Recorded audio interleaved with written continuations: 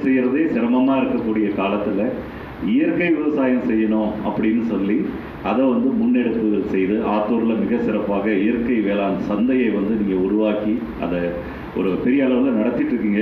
நீங்கள் தான் வந்து உண்மையிலே வந்து பெரிய தியாகிகள்னு சொல்லலாம். சரிங்களா? இதுக்கு எவ்வளோ சாக்ரிஃபைஸ் நீங்கள் பண்ணுறீங்கன்னு எங்களுக்கு தெரியும்.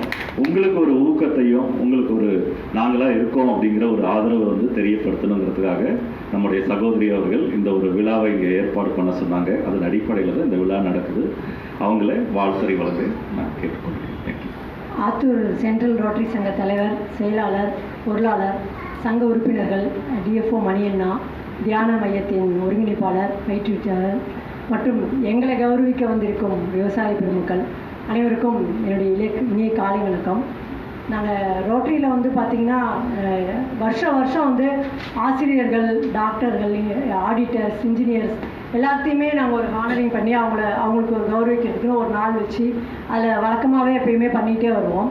விவசாயம் அப்படிங்கிறது வந்து மரம் நடுறது நிறையா பண்ணிகிட்ருக்கோம் ரோட்டரியில். பட் அந்த விவசாயம் அப்படிங்கிறது பக்கம் வந்து பெருசாக நாங்கள் எதுவும் அந்த பக்கம் எந்த திட்டமும் செய்யலை இது வரைக்கும். எங்கள் ரோட்டரியில் இருந்து பார்த்திங்கன்னா விவசாயிகளுக்காக, ஏன்னா நாங்கள் விவசாயிகள்லாம் கடவுளாக பார்க்குறதுனால கடவுளுக்கே போய் நம்ம என்ன பண்ண முடியும் அப்படின்னு நினச்சிட்டோம் போல இருக்கு.